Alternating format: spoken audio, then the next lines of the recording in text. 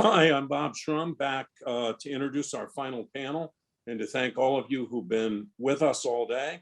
Our moderator is Alex Michelson, who co-anchors Fox 11 News, co-hosts the Fox 11 Special Report, hosts and produces the political talk show statewide called The Issue Is.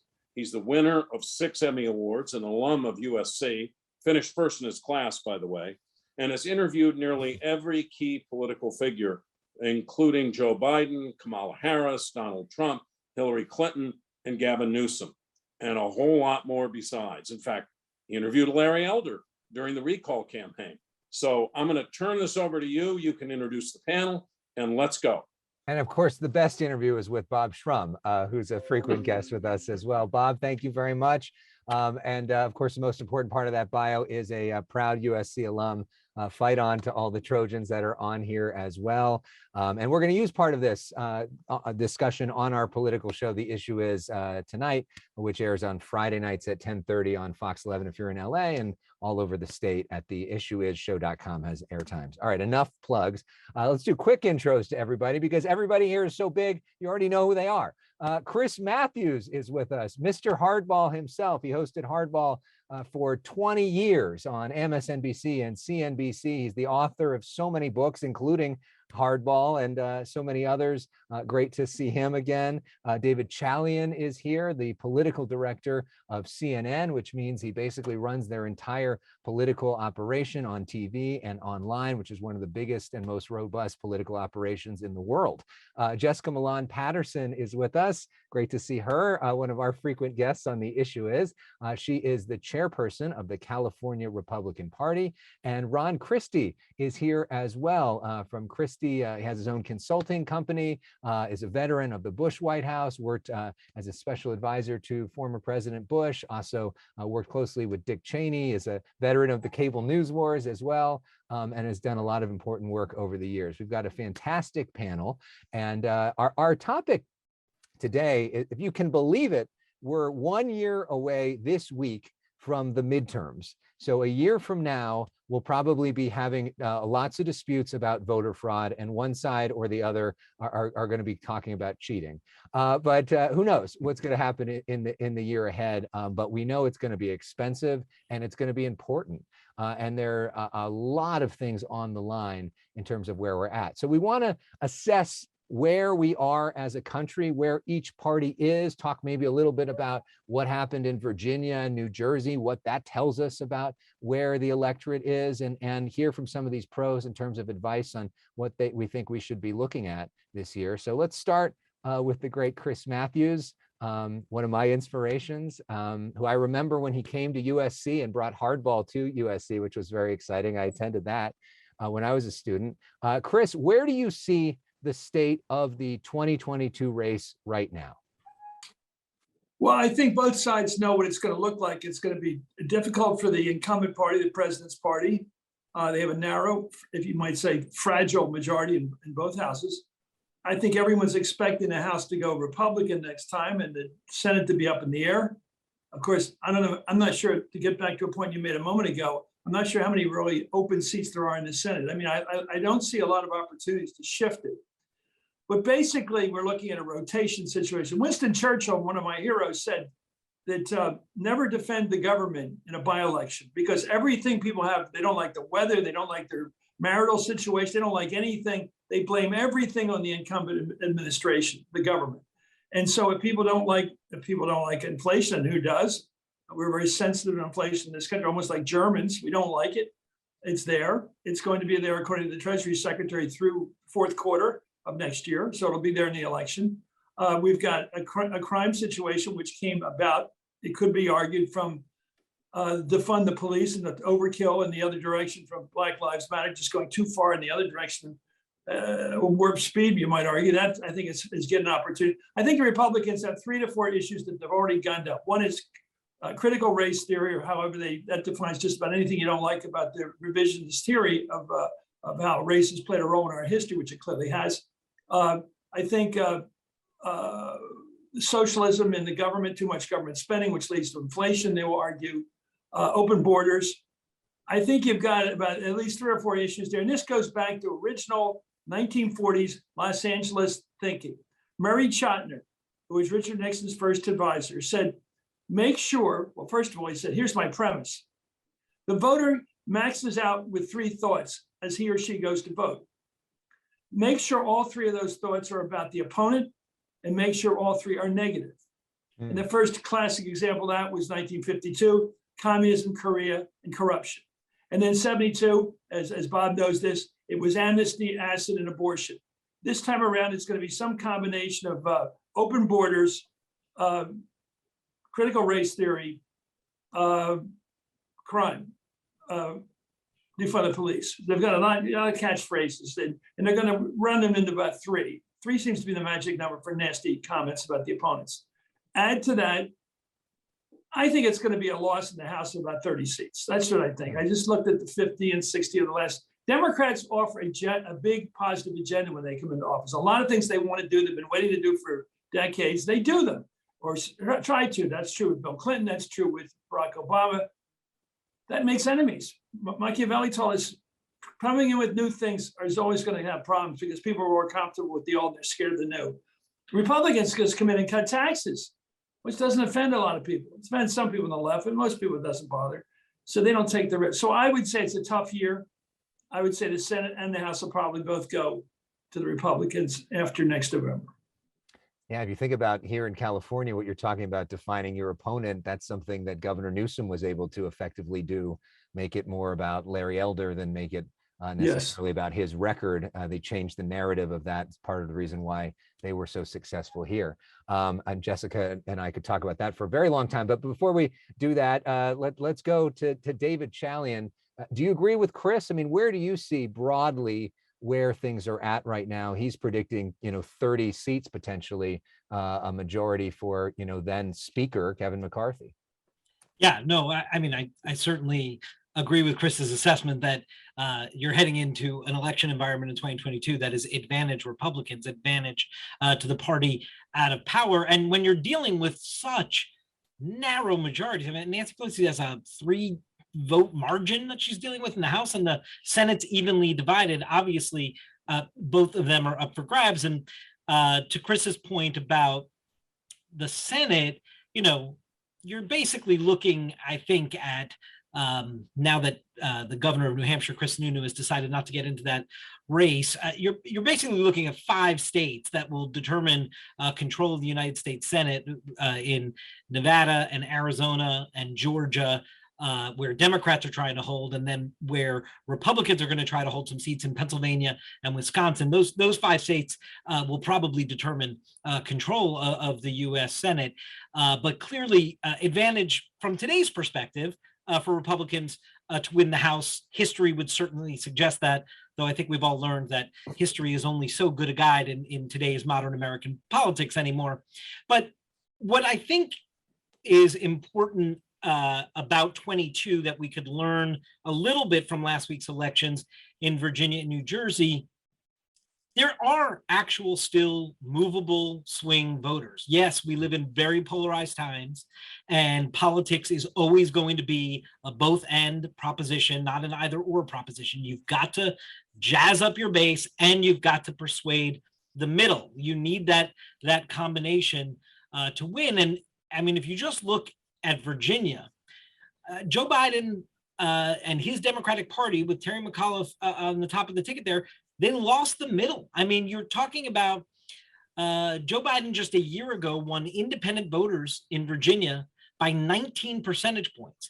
Glenn Youngkin just won them by 9 percentage points. That's a 28-point swing to the Republicans among independents. You saw similar in New Jersey. And this is a significant problem because if you're not going to have record turnout on your base, and you're losing the middle and you're the party in power, those are big warning signs. Now, the one thing I would just caution is yes, the Treasury Secretary has said inflation may be with us through much of next year. There's a lot being poured into this economy. If indeed that inflationary pressure goes away at some point next year and the economy is on fire in a way that Americans feel it, it may mitigate. Maybe it's not a 30-seat loss. Maybe it's something more narrow than that. But if indeed this moment of inflation is still with us next year, you could really see a potential much bigger loss for the Democrats than perhaps on paper looks possible right now with the way that the map is. Jessica, we know that California is the home to swing districts, even if the state is so Democratic as a whole. There's a lot of swing districts right now. Those districts are being redrawn. We don't know exactly what they're going to look like. We'll know that by the end of the year, which could change how the races look. But what is your strategy going into next year? And more broadly, where do you see the state of the race? Well, certainly right now, I'd much rather be a Republican than a Democrat. We talked a little bit off camera about bringing hope, and I think that that's what this panel is talking about, the hope that we could have some change and some checks and balances going into 2022. We will not see in California what exactly those lines look like until the end of December, but I think House Republican leader Kevin McCarthy said it best. If you are a Democrat in a seat that Joe Biden won by 16 points, you are now in a targeted seat. And here in California, that adds on 6 more seats in addition to the 4 that we picked up in the last cycle. So I think it puts us in a very good position. Obviously, redistricting will move some of this stuff around, but nationwide, I actually think we pick up the House with redistricting alone because that margin is the smallest margin it's been for about 100 years. Ron, where do you see the state of the race? Well, good afternoon to you and good afternoon to everybody who's watching us here in Los Angeles and around in the country. I think this is really a parable for me of 2009. 2009, after the 2008 elections, the Democrats came in, they passed a sweeping healthcare reform measure, and the American people took stock of that and said, maybe the government's trying to do too much too soon. And of course, we saw what happened in the 2010 election cycle. 63 seats flipped from the Democrats to the Republicans, and President Obama at the time famously said that they've been shellacked. I think we're going to see a shellacking next year. I think the shellacking is people are looking at a 3.5 trillion human infrastructure bill that's been whittled down to 2 point something, maybe it'll be 1 point something trillion in the end. But I have a sense that people are tired of mask mandates. They're tired of the way that they are being treated by those in power. And you've seen this not just in Virginia, famously with Glenn Youngkin, but the race that really got me was the state Senate president. The longest state Senate president in the state of New Jersey was unseated by a truck driver who ran an ad that was shot by his nephew's friend on an iPhone, spent less than $5,000 and was able to unseat a powerful Democrat. If Republicans are able to do this with minimal money and minimal effort and projecting a positive and an optimistic message, as Youngkin certainly did, if I were a Democrat and I had a D attached to my name, I'd start thinking about all the things that I could deliver for the American people, as opposed to saying, Donald Trump, Donald Trump, Donald Trump. I don't think that is going to fly in the midterm, and I don't think that's going to fly in the general unless the 45th president jumps in. But Republicans have an opportunity to seize an optimism and to look forward, as opposed to a lot of the pessimism we've seen from some on the other side of the aisle. Yeah, I think so many people are so tired, period, just tired after everything that we've experienced over the last year. So on that topic of hope, if you're a Republican like Jessica, you're hearing that and what everybody just said, you're feeling a lot of hope right now. If you're a Democrat listening to what just was said, you're not feeling so much hope, especially if you believe that this is the party that, supported insurrectionists. Chris Matthews, if you're advising Democrats, what do they do to avoid what you're talking about, avoid a 30-point loss? Do they have a chance to change the strategy at this point and come up with a different communication apparatus? Well, look, 2 answers to that. First of all, midterms only change direction when something happens. It's more important to the voter than their own personal condition, like the Cuban Missile Crisis, when Jack Kennedy really faced down the Russians and saved the world from a nuclear disaster, a global catastrophe. or when the Democrat or when Republicans went overboard and they're charging of Bill Clinton over the Monica matter. But they just seem to be going a little nutty, a little Cotton Mather, a little crazy. Who are you guys to be torturing and removing our president because he had a misbehavior situation with a young person?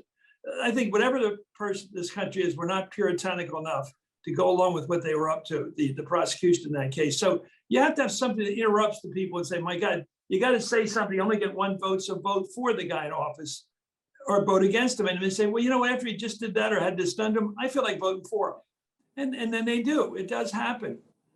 But I think the failure, let me do this. I don't know whether the failure to sell infrastructure as it could be sold, like you want your bridges to be safe when the school bus goes over at 3 o'clock this afternoon? Do you want to make sure the bridge connecting Queens and New York, these bridges are actually not always in question? When I was working for Tip O'Neill, I got a list of all the bridges below safety code in Peoria from the chief engineer there. And Tip, the speaker, I surprised me, read it on the floor while Bob Michael, the Republican leader, had to stand there and listen to it. The names and addresses of the bridges that were below safety code. That's the kind of aggressive a campaign you have to run to sell government spending. And whatever reason and I have a suspicion, which I don't like, well, I think it's going on. Why did they say 3.5 trillion? Why didn't they say 3 billion a year? I'm sorry, 300 billion a year. Why didn't they say it's going to be 1.5% of GDP? Why didn't they try to reduce its number by all kinds of ways you do with economic and national income models? You don't talk about the 10-year cost. You talk about the annual cost, and you give it as a percentage of GDP. That's what, if you want to make it sound small and you want to make it digestible by the middle of the road voter. But here's the part, the little conspiratorial on my part. If you want a big statement, if you want a Bernie-sized statement, right, and you want to say we're moving the Democratic Party from center left to hard left, and we're doing it, screw you, we're doing it. And we're going to do it in box office numbers. We're going to say we're going social democratic, like it. We're going social democratic. We're no longer the Democratic Party, we're the social democratic party. Live with it, and we're going to show you that with a big number, so big that when we win this fight, you're finished, you guys. You moderates are finished. And I got the feeling that the Democratic left isn't stupid. So why did they make it sound indigestible? Why did they make it so expensive in terms of GDP? Why did they give us an annual number, a percentage number of GDP? Because they wanted, I am suspicious of why they wanted to be unpalatable. Why did they want it to hurt so much with the center and the right? And I have to come to the conclusion, they're not stupid. They want to make a statement. And then only in the last several weeks, 3 or 4 weeks, have they stopped saying that. They're now saying, well, okay, it's only an annual number. And, it's a reasonable thing. It's not going to change everything. It's just reasonable things like childcare and pre-K. And first of all, they never even told us what was in the package. Yep. Because they just want to make a statement. We're going left, buddy. It's very an odd way to sell something. You don't sell a car to a person by saying, I got a $60,000 car to sell you. Or don't even say it's a car. That's what they did with this package. They wouldn't even say it was in there. Why did they sell? You can sell things like family home leave. Clinton did. It was a mandated benefit in those days, but he did sell it. It was one of the most popular things he ever did. But they didn't sell it like that. Childcare means women can work outside the home. Generally, that's what it means. Working people can stop being impoverished and become working people. Get it? Make some cases like that, like we did with the dangerous bridges. But they didn't want to go that way. They wanted to say, this is a big macro lurch to the left.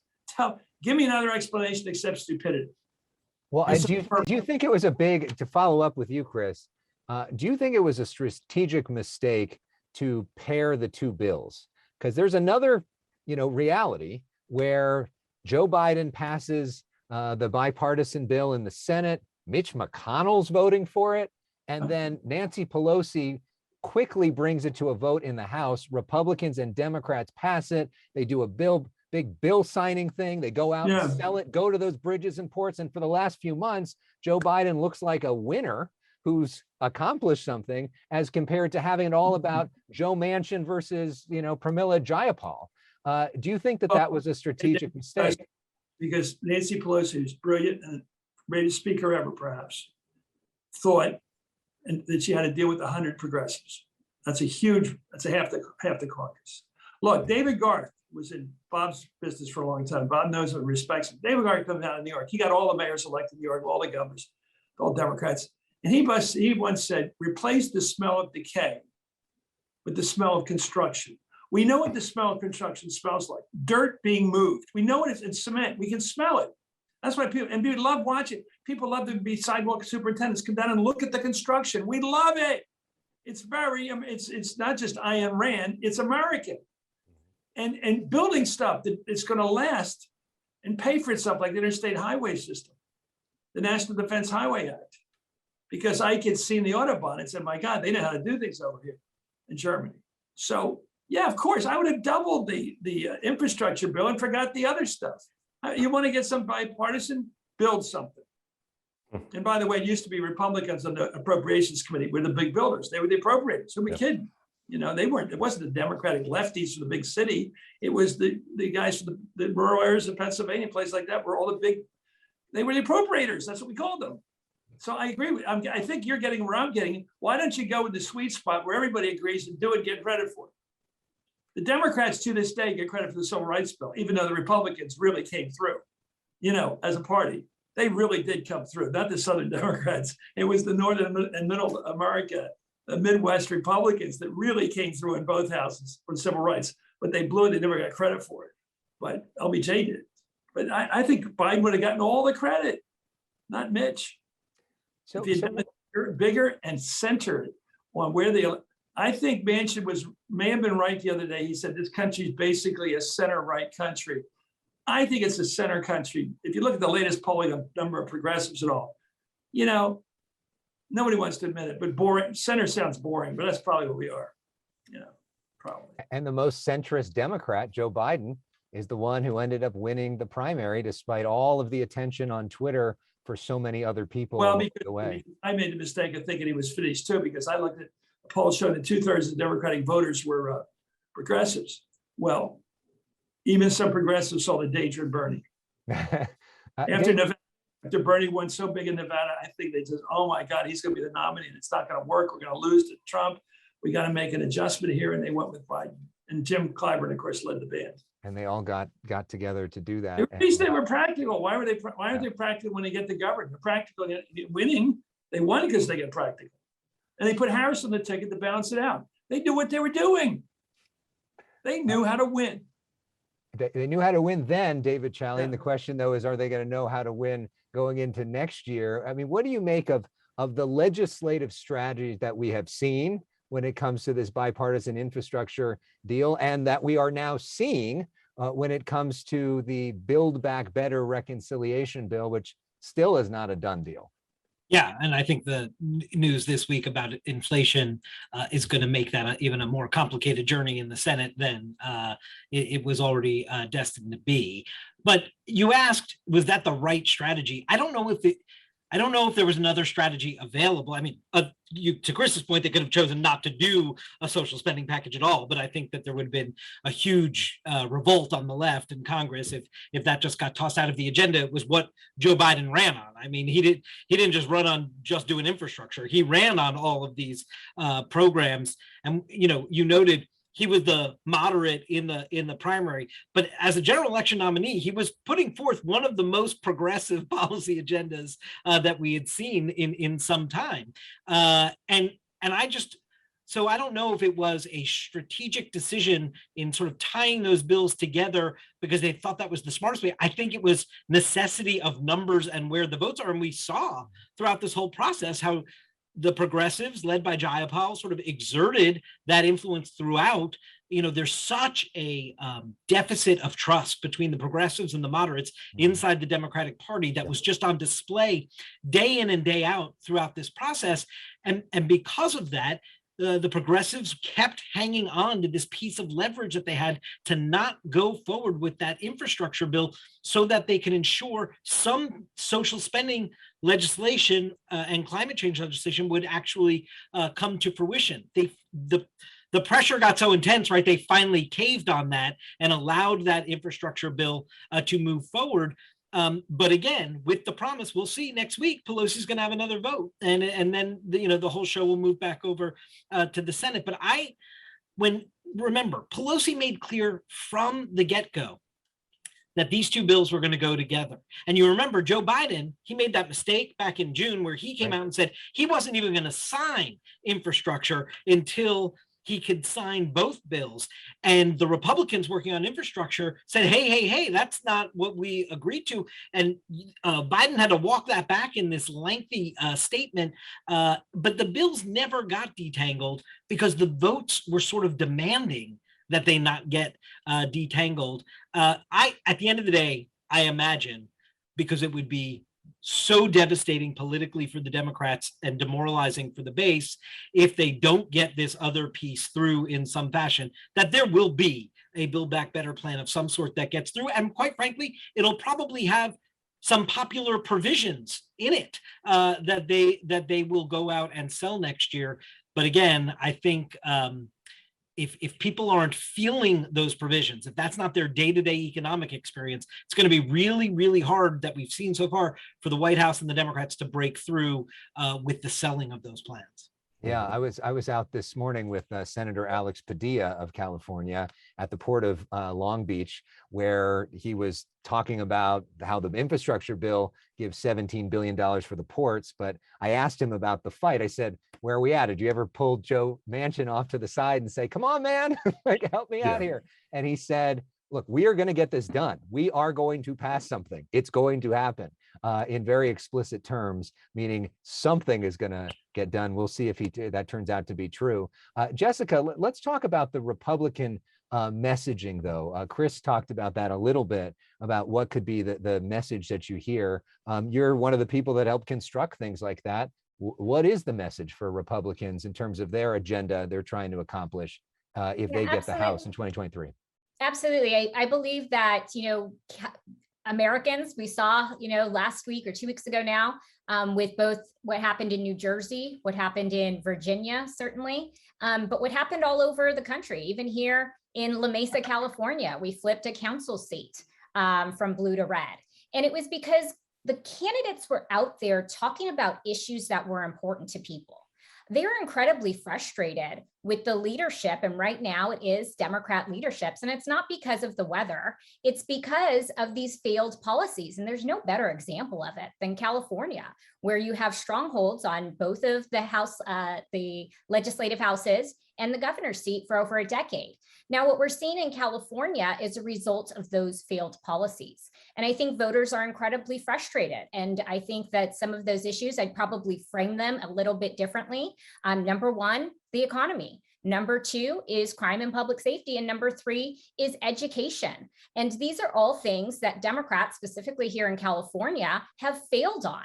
And so when we have the right candidates, as we saw in Virginia, as we saw in New Jersey with how close that race was, and the Senate race, the Senate pro tem seat that we talked about in the New Jersey House, these are places where when you have the right candidate with the right message, talking about the things that are important to people, and helping these candidates to also connect with voters, because that's what's most important. It was Maya Angelou who said, people will forget what you said, they'll forget what you did, but they'll never forget the way you made them feel. And so showing up, talking to these parents and letting them know, after spending a year and a half running classrooms from your kitchen table, you should have a say in what's going on in your children's education, not you should have no part in it. Those are the things that are important to voters. Democrats are trying to sort of lick their wounds about what happened in Virginia and learn for the next election. What did you learn, Jessica, from what happened with the recall? Because the Republicans really got routed on that night, the exact same percentage in 2018 when Governor Newsom ran versus 2021. What did you learn from that night, and how do you apply that to the midterms?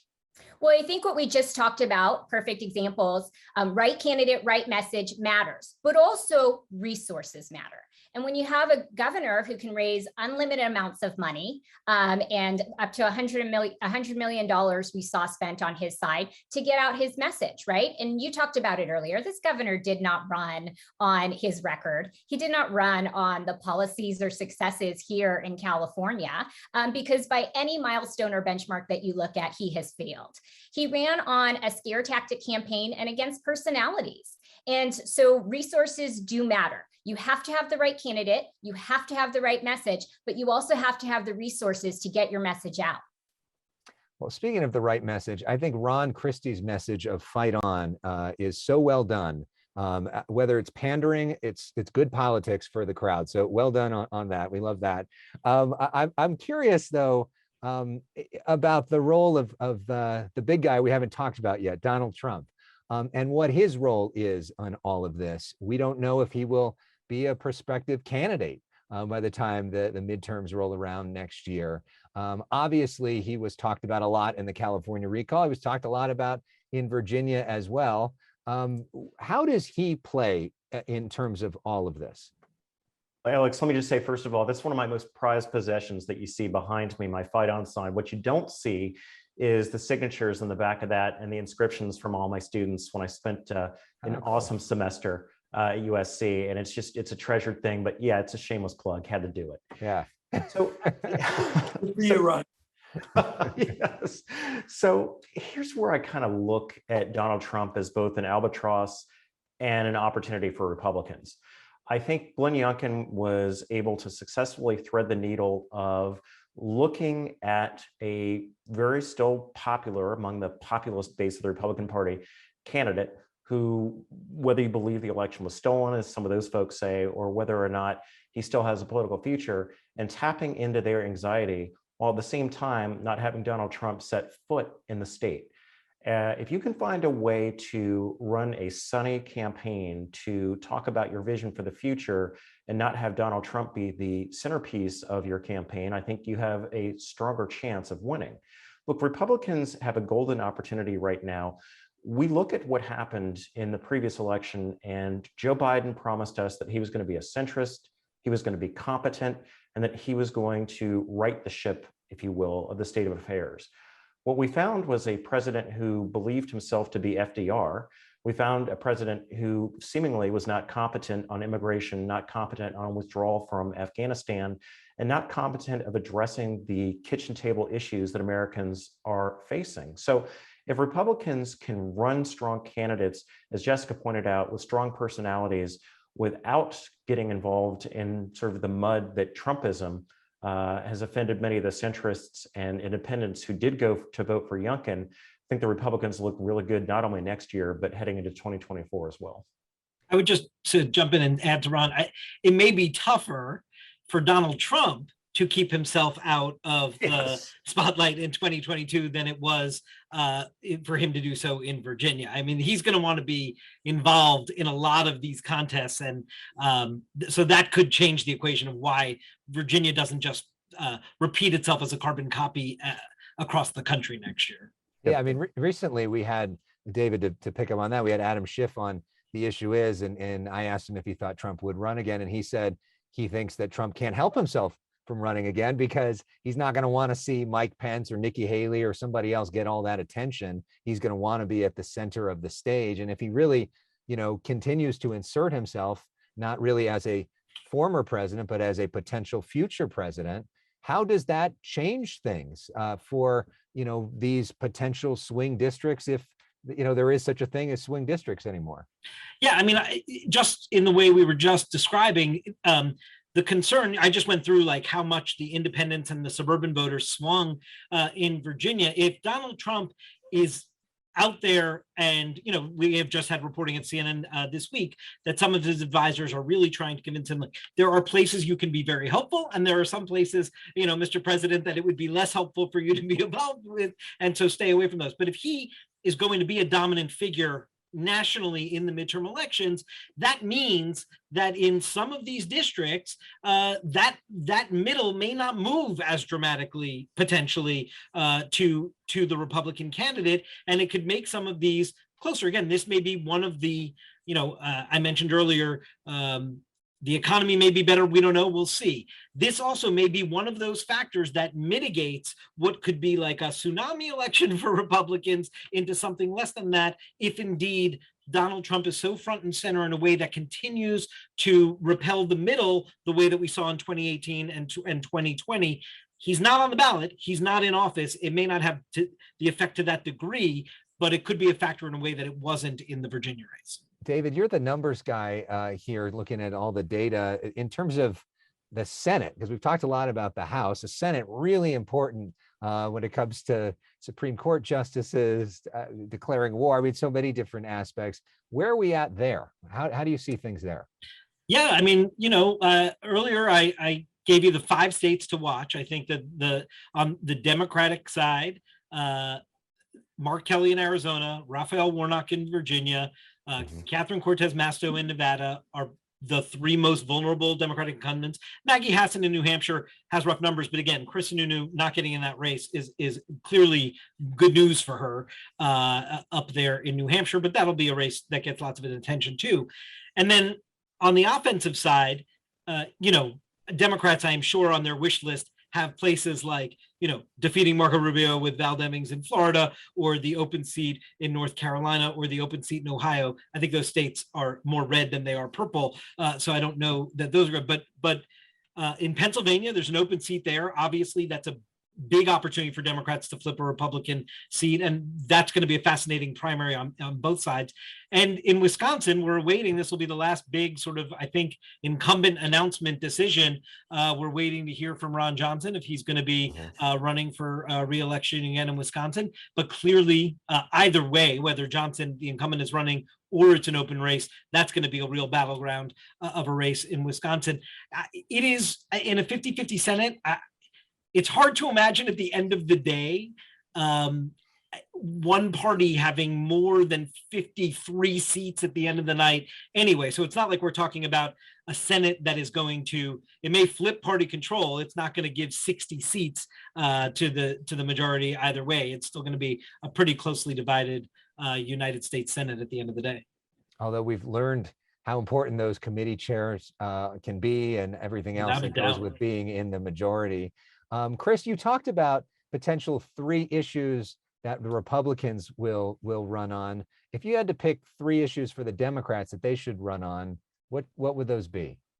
Well, it'd be January 6th, especially if they're able to carve out some hard facts. I mean, the mistake I made when I was on hardball, and I admit it, we were always trying to connect the dots in terms of Russian intervention in the election of 16. And we were never able to put it all together. And the prosecution wasn't either. It was a lot of fishy stuff. It smelled like trouble. It certainly looked like a pattern, but we never were able to nail down. These are proofs that they worked together at the highest level. This was a cabal between Trump and the Russians. We couldn't nail it down. And I think this time we can nail it down. I think we have to nail down what happened at the Willard Hotel, what happened in terms of coordinating that rally and all the machinations in trying to get those state, rather than get Mike Pence to basically refuse to ratify a number of states. This was a real attempt to overthrow an election. If they can really prove that going into 24, not just 22, I think that's an historic problem with the Republican Party, that they had their hands dirtied by that. But do you think to push back on that, though? Right now, that's all they have. I think that's all they have, because I mean, for an average person that sees the price of gas going up, that it's more expensive to get a Thanksgiving turkey, that they're annoyed at their kids had to go through this experience at school, all of these issues, that there are homeless people in the streets here in California. There's concern about public safety with the police potentially being defunded. Are those people focused on January 6th, or are they focused on, I'm not making enough money to pay for the increasing price of stuff? Well, the thing I hear about is the craziness of the left. You mentioned San Francisco, the inability to deal with the homeless, which is a more general problem in the liberal cities, but it is a problem in almost all the liberal cities. This $950 discount for shoplifting is a joke. Right. That's what everybody's talking. It's a joke. You don't get charged with theft with that amount of money. 22 Walgreens shut down in San Francisco. I mean, are these people crazy? We used to laugh about Berkeley and having a foreign policy, but that was harmless to other people. Someone have a bunch of lefties at Berkeley have a resolution every week. Who cares? It's just people talking. But what happens when you have a shutdown in commercial business? I mean, you're making fun of the little storekeeper running his operation 24 hours a day. I mean, people go, are these people crazy, these lefties? And I think the whole woke thing, it misdirected overdone and those things, I think bothers some people. I think it's a term that has to be very carefully analyzed, not just thrown back at the left. But I think there's some things about people just don't like being told what to think, how to talk, and all that. I mean, I think it's all part of this problem that Nancy has to talk. She said, "Welcome to my world." That was a great quote last week. We can go home? Oh, sorry. No, welcome to my world. In other words, she has to deal with Jayapal. She's got to deal with but they all represent those 10 or 20 cities that are absolutely not, they had never seen a general election. I mean, Tim O'Neill I worked for, he never had a general election. What are we talking about here? You win the primary and then 30 years later you retire. And that's what their conditions are. Said they don't know anything about facing general election voters in St. Paul or Seattle or Queens. And yet they're dictating what the party, and suppose you're someone like Wild up there in Lehigh, and you're going, or Bethlehem, and you're going, wait a minute, this is the key to this state. As goes the Lehigh Valley, so goes Pennsylvania. And they're telling me I got to have the same politics as Queens. Would I rather have the same politics as West Virginia? Safer for me. Safer for me to follow a guy who's been a real trouble for the Democrats, Manchin, than go to the direction of a tough neighborhood, or not tough neighborhood, a changing neighborhood that's going very left in Queens. It just, my people are not like people in Queens. They just don't think like that. And look, I think Trump is so much smarter than the left thinks he is. He understood you don't touch Social Security, understood you don't touch Medicare. You don't mess with the real safety net from 64, 65. You don't mess with that stuff. As George Will said, the Americans are conservative. They want to conserve the New Deal. But they also want to conserve the Great Society much. So he never messed with that. And he said, get rid of stupid wars. And then I'm going to fight the Chinese. So if he wasn't such a bad guy on COVID, he would have won re-election. Because he was so close to getting. He and Bobby Casey have the same basic policies. Protect people who live in places like Scranton, Erie, Wilkesboro. They're not going anywhere for this next winter. They're going to stay where they live, and they're going to be cold, and they need oil, and they need the basics. But they're not British Labour Party people. They're not a bunch of lefties who hate rich people. They don't know any billionaires. They don't know how they lived, fortunately. They don't know what that fight's about, that grievance fight. And he understood that. They just don't want their kids sent off to stupid wars like in Afghanistan. And basically, they want someone to fight for jobs at home so their kids don't have to move 1,000, 3,000 miles away for a good job. That's what they want. They want their kids close enough to visit them and enough to live on. Trump understood that. Bobby Casey understands that. All this other stuff that they fight over is not going to turn an election, but that stuff will. And that's why we're going to have very close elections with Trump coming back into this, as crazy as he is, because he's crazy like a fox. He knows what you don't mess with. Well, and Ron Christie, to that point, if you go to Trump rallies, and I've been to many of them, covering them, a lot of the people there think that he's an asshole. They just think he's their asshole, and that he's fighting for them. And there's if you went to a Bernie Sanders rally, a lot of people think that he's their asshole. And there's something similar in the crowd dynamics in that, but there are some voters that feel like some of what the Democrats have been focusing on right now is not fighting for them, that they feel like they don't have a home there. So how do the Democrats change that messaging to convince people, I understand your problems? Look, I think there's so many similarities between Bernie Sanders and Donald Trump in the last election, of a swath of the electorate who believe that the elites are out of touch. They don't care about the kitchen table issues that we spoke of earlier. Look, Chris Matthews said this brilliantly, right? Trump understood inherently what you don't touch. You don't mess with the third rail, which is Social Security. You don't talk about some of this crazy stuff. You don't cater to the hard blue districts where, as Chris pointed out, you win the primary and then you sit around for 30, 40 years and you retire. If I were a Democrat, which I'm not, if I were a Democrat, I would focus on the issues that Chris just articulated, right? Hey, look, this immigration thing, this is a big deal. We need to seal the southern border. I understand the fact that inflation is driving up the cost of milk, of eggs, of gasoline. And by the way, Christmas and Thanksgiving are going to be a whole hell of a lot more expensive this year. But you know what? I understand that. I hear you. And if you put me in office and you give me the privilege and the trust and the opportunity, I will address those issues. I won't talk about all this climate nonsense with Greta Von, whoever it is. I'm going to talk about what's going on in your town, in your county, in your community. That's something not only for Democrats, but I think Republicans that we have an opportunity to seize on.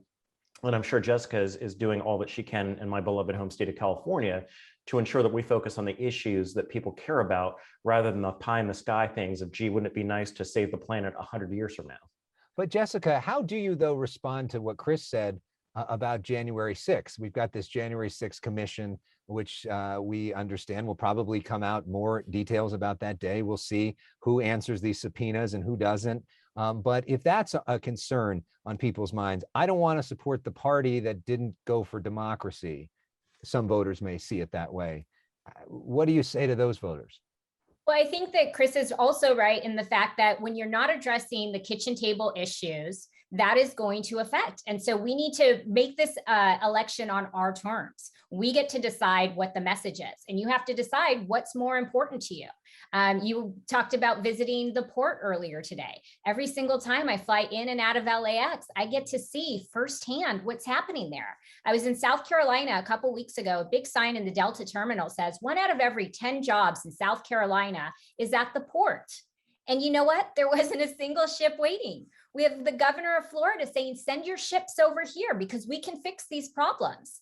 And I think at the end of the day, that's what's going to matter to voters. They are going to care about those kitchen table issues. And as long as we can keep the message on what we want to talk about, I think we win.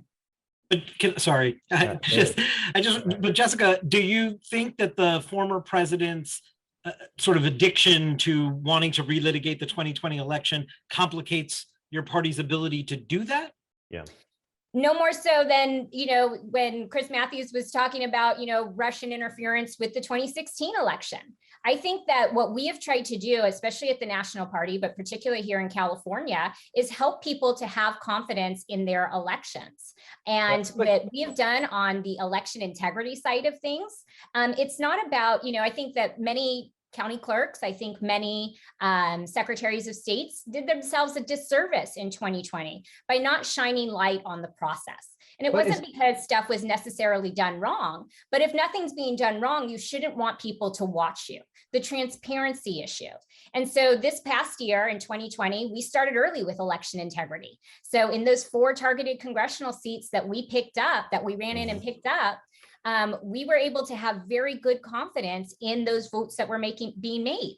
So 60% of ballots that went out in 2020 in California were watched by lawyers, volunteers, and staff on the ground. When we went into the recall in 2021, we had 98.5% of the ballots going out being watched by lawyers, staff, and volunteers, whether they were poll workers or poll watchers. We recruited and trained over 2,100 volunteers to observe. We developed relationships with county clerks in every single county. And that meant that people had faith in the elections, regardless of the fact that it didn't turn out our way. Election integrity is incredibly important, and people should have faith in their ballots, whether it was 2016 or 2020. And I know you were somebody that supports the idea of voting by mail, but is it really fair, though, to compare what Democrats said about 2016 to what Donald Trump has been saying about 2020? Yes, Hillary Clinton raised some questions about it after the election, and there were Democrats that raised questions about it and investigated it. But Hillary Clinton attended Donald Trump's inauguration. Barack Obama welcomed him into the White House and shook his hand and gave him credibility there. There was no widespread chants about fraud. There was no riot at the Capitol. The way that the parties handled those two things are different. Even looking at Virginia after the election, no Democrat of note came out and said that this election is fraudulent. President Trump is still talking about the last election being fraudulent. I think that the parties worked incredibly hard so that we have faith in our elections going forward. Okay, great. Well, that's, let me just say something. I think both parties, and I think Trump has really been unpatriotic and not conceding. I think that's always been part of our unwritten constitution. The losers admit it. That's Jack Kennedy Nixon met with him down in Key Biscayne and said, "You won." Kennedy knew he had to get Nixon to say it, and he got Nixon to say it. And I think it's very important that the loser says so, because only then the 40% who are mad about the election, 49% who are mad about the election, say, "Okay, we lost," and we move on. But I think there's a couple of things the Democrats have to do, and I think they're doing it. Voter ID cards. I didn't like it because I thought it was a quickie way of screwing the poor people, the minorities. But I think after 4 years of debating it, it's time for people to get their ID cards. And it's up for the local political machines that still exist, like here in Philadelphia. Get out in the streets and get these people ID cards. You have plenty of time before the election in 22. Get them ID card. You take them to DOT. Committeemen, ward leaders, you take them and get them their ID cards. Get it done so people who vote show the card like you do for Medicare or getting on an airplane. You got to show a card that that's you. There's nothing wrong. The other thing is set up election rules so that we have a clear idea of who won election night. I mean, make it like the Academy Awards. You don't go to bed, you find out who won the thing. That's normal, because if it stretches 2 or 3 days or 4 or 5 days or a week, everybody assumes there's some hanky-panky going on. Everybody. Why is it taking so long to count the votes? Somebody's up to something somewhere. That's why I think it's very important that, like a place like Pennsylvania, begin to count the absentee ballots before election day. Get it going. Get it so at 9 o'clock at night, you have a pretty good shot of saying who won Pennsylvania. The same in the other states. I really do think election night concession speeches and clear results is very important to the American process. It's cultural. It's not written in the law. But I'll tell you that as long as we go with this loosey-goosey 10 days after the election, your ballot can come in. What are we talking about? Who wins in that situation? Get the ballots in and get the ID cards in people's hands so we can stop talking about this stuff. I think you're right. Stop talking about whether the election's fair or not by making it obviously fair. Yep. And that includes a concession speech by Trump. And I don't think we'll ever get one. Just like we never really got an end. And why did he say Obama was an illegal immigrant for all those years? He was an illegal immigrant. That was racist. It was purposely trying to get the racist vote. That's who he was after. Who else would you be after? Whose vote would you be seeking if you went out and said the Democratic candidate for president is an illegal immigrant who snuck in the country through Kansas and Indonesia and Hawaii and somewhere? And his white mother somehow did all this so her son 35 years later would be president. And then she names him Hussein Obama. Are you crazy? We got to stop the craziness, or people are really going to stop trusting in our elections. Yep. And trust is such a big issue. David, I want to go to a question from the audience in the chat. It's from Dave Gutman. Is it the Democrats' messaging or the GOP and media that's framing the message? What's sort of driving some of this? Like he pointed out that there weren't a lot of elected Democrats that said defund the police. Joe Biden never said defund the police, but the message was that Democrats were for defunding the police. And, that's because some Democrats said they were for that. And so that allowed the Republican Party to paint with a very broad brush. And you're right, Joe Biden, till he was blue in the face, was saying throughout the campaign, he does not support defund the police at all. You're seeing this with Eric Adams in New York right now, going through this as well. The words matter, rhetoric matters. It is packaging and selling, and Democrats, I think you saw when it comes to the actual vote, like look at that vote that happened in Minneapolis, that failed. They didn't get rid of their police department as is and recreate it. So it's not where the voters are, even the majority of the Democratic voters are, but it is clearly a marketing and message problem that the Democrats need to overcome on that issue. Yeah, and a question, Ron, from anonymous attendee. He writes that he or she writes that Black, Latino, Muslim, and gay voters voted for Trump in higher numbers in 2020 than 2016. Why is that? How does that happen? And what should both parties do about that? I think to anonymous, if you look at Republicans, traditionally, we talk to Black people like they're Black people, or we talk to people of color like they're people of color, and we don't talk to them like they're constituents.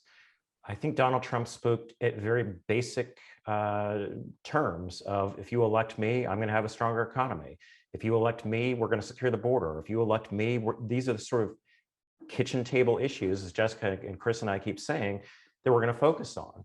And people who are reluctant to give Republicans a chance, I think in the last election, gave Republicans a chance with Donald Trump in 2016. And many Republicans were pleasantly surprised, Republicans of color, of seeing unemployment rates going down for Latinos, going down for African-American constituencies. And we need to be a broader party. I mean, if you want to talk about people of color, if you want to talk about gender issues, Republicans can play on this field, which traditionally haven't, and we haven't spoken about it, but we need to, and we need to have more people in our party who look like them, as opposed to the traditional older white guy. Jessica, I know you don't look like the traditional Republican Party head. You're the first Latina to do this in this state of California. What is the message in terms of talking to more minority voters? We have to show up. For too long, particularly here in California, we had ceded these different communities throughout our state to the Democrat Party. And as Ron mentioned, they weren't living their best lives because of these policies that California Democrats had been, bringing to them. And in fact, by any milestone or benchmark that you looked at, it would say the exact opposite.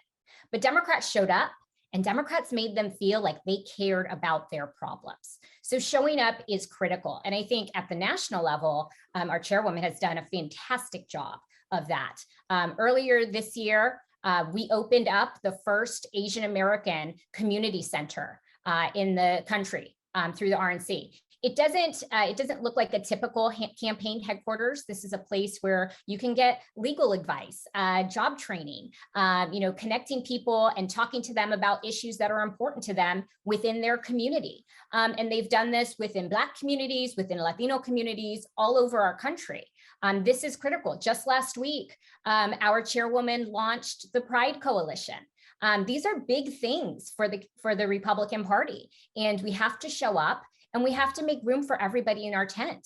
Republicans, in my opinion, probably agree on about 95% of the issues. And if we focus on those 95% of the things, we can get a lot accomplished.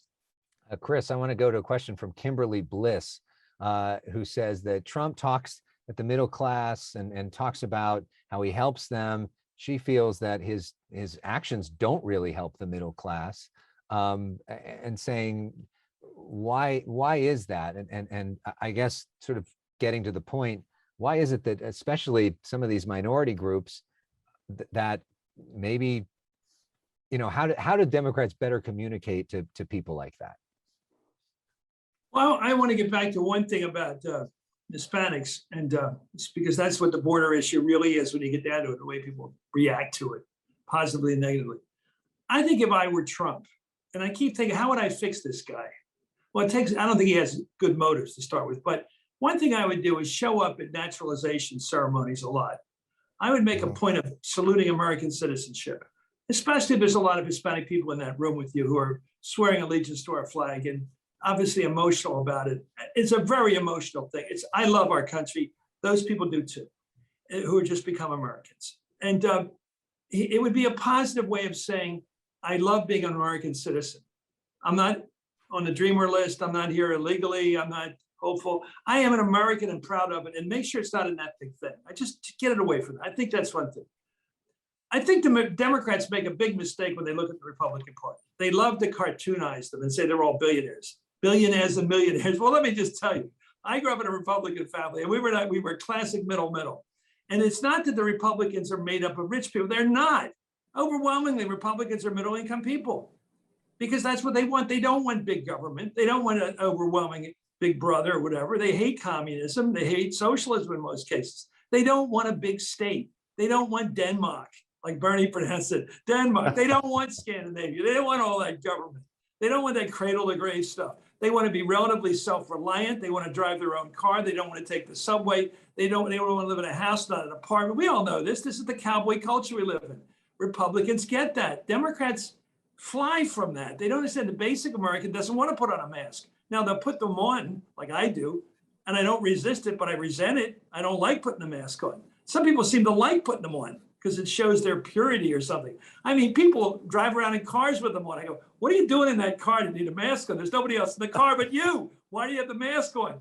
So some people are so dutiful, and they like being dutiful. They like being regimented. Most Americans hate being regimented. And there's a lot of reasons. And the Republican Party is very smart over the years, understand that 80% or not, at least of its members are not rich people. They just don't like big government. They don't like 1984, the imagery of 1984. They don't like being told what to do. Nobody likes being bossed around except a strange person. I mean, why do you like being bossed around by a government? Democrats tend to hate corporations. They hate rich people, not all, some do. But they definitely hate big corporations and that sort of economic power of the wealthy. I can understand that. But Republicans have a much guttier sense of what they know. They don't like big government telling them what to do. And that's really the heart of it. So if you're a Democrat, you're trying to get those people to say, you know what? Government, if it's done right, can be really good. When the men, mostly men, came back from World War II, Roosevelt said, you know what? We've got to do something for these guys who beat the Nazis and the Japanese Empire. We got to give them something they don't have and give something the country doesn't have. How about we create a middle class? And the way to do that, these people coming back in their mid-20s, get them to go to engineering school. They don't want liberal arts. Get an engineering school. You know, let's get something behind my dad did. Let's get them something that gives them a chance to move into the suburbs and live a little better life and not have to live with the parents in the basement or live in the same row house. I'm telling you, I know this whole life. Me, I got to go to college on National Defense Education Act loans because we had Sputnik, we saw a threat, and the American people said, you know what, we better meet that threat. We better get these people in college taking serious disciplines. Same thing with interstate commerce, interstate highway system. We rebuilt. Imagine if we had to go from county road to county road, from LA to San Francisco. I mean, on the East Coast, there was no 95. You had to go through speed trap after speed trap in the Carolinas. Nobody would be doing it now. Huge semis going up all night long, big trucking. It's huge. Our commerce is incredibly on the road, and it's fantastic. This is why we have a GDP that keeps booming. And you got to tell them that, no, government is not a clown operation. It's wonderful if it's done right. And Medicare was done right, and Social Security was done right. And our educational system in California, in many ways, is a role for the country because everybody can make some use of it. You go to community college and take photography. You can go to Berkeley and be a genius, or UCLA, or Davis, those schools. You get something out of the government, you know, and that's smart. I think we got to sell government again. And we don't do it with a Looney Tune package of goodies that we don't even know what the goodies are because you keep changing the goodies every week. What's in the package? You know, childcare is important. Pre-K is important. We know that. Head Start's always been a big Barbara Bush thing. She was always big on Head Start, you know? So we know this stuff, but they don't sell it. They're selling, why don't you buy something for $60,000? I can't tell you what it is. I can't even say what the car is. You know how Americans buy cars? They want to know what's it got. Is it loaded? Has it got power steering? Does it got power? Does it have good air conditioning? Got Sirius XM radio? Does it have GPS? They want to know every detail of what they spend $60,000 on or $40,000. That's what they do. That's called shopping for a car. Right. And what do the Democrats do? They try to sell you a car, but they don't even say it's a car. They just said it's a big spending thing. Right. Am I the only one who thinks like this? It's crazy what they've done with this bill.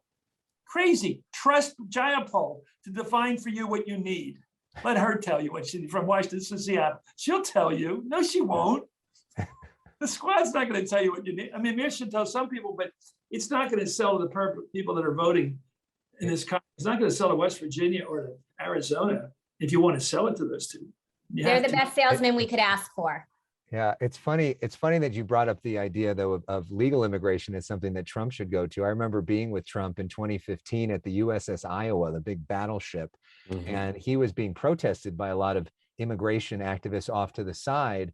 But then on the ship, people that came to support him was a huge number of legal immigrants from Latino, countries who were there to support him, saying, we worked hard to go through this system. We don't want people crossing ahead of us in line. We were the ones in line. And they were some of the most passionate Trump supporters in that I think moment. that's true of later generation. I think that's true of generation, people from Latin America. And I don't want to speak for them, but I do believe if you're going to deal with the border, you got to deal with the border. And I don't hear anything down there but a nice Yiddish term, Michigas. All I see is Michigas. Something that Governor Newsom said yesterday. I love the Yiddish terms for us Jews to get in there. Quickly, I want to give everybody a chance to tell me something I don't know, which is an old bit from the Chris Matthews show and Hardball at the end. But before we do that, I just saw that there's a bit of breaking news that Steve Bannon was just indicted on 2 counts of contempt of Congress for refusing to testify in front of the January 6th commission. Does anybody have any quick sort of take on that or reaction to that, what they think about that? I say good, candidly. I mean, I'm a lawyer.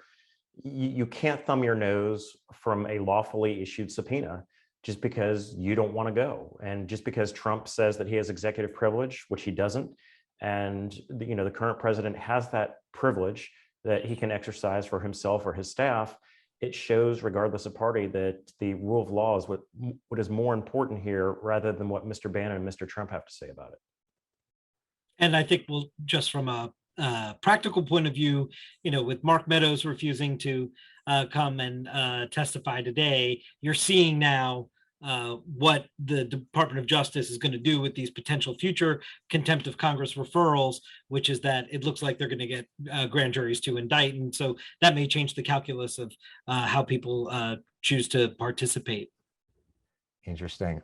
So I want to do one wraparound sort of bottom line question before we get to tell me something I don't know.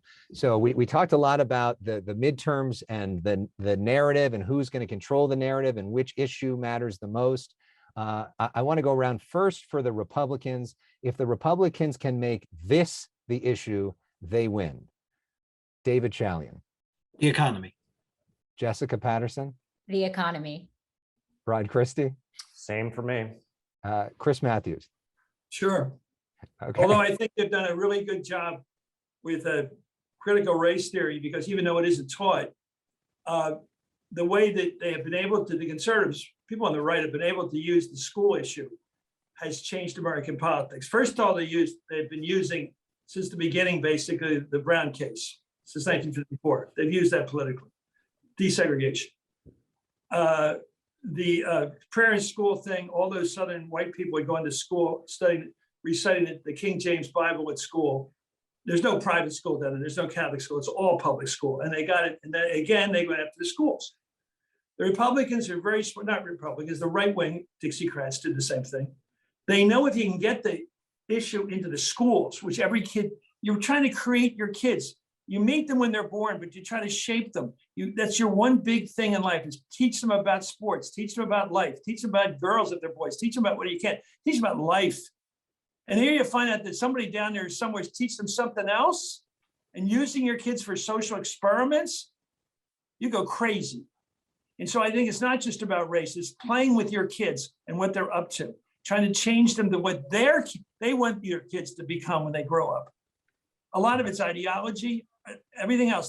People don't want their kids to be different than them so much they don't recognize them. And it's a sensitive point. It began with prayer in school and then went through desegregation. And then they got into this thing about critical race theory. I think it's a hot issue. I think it's a pressure point. I think if they find out a way to do it, it isn't clearly racist or racist at all. They got to get to the point of these big government types here think they have a right to your kids. Right. They want your kids. I'm telling you, watch it. It ain't going away. I love that was the quick answer. Okay, real quickly. If the Democrats are able to win, this is going to be the top issue. David.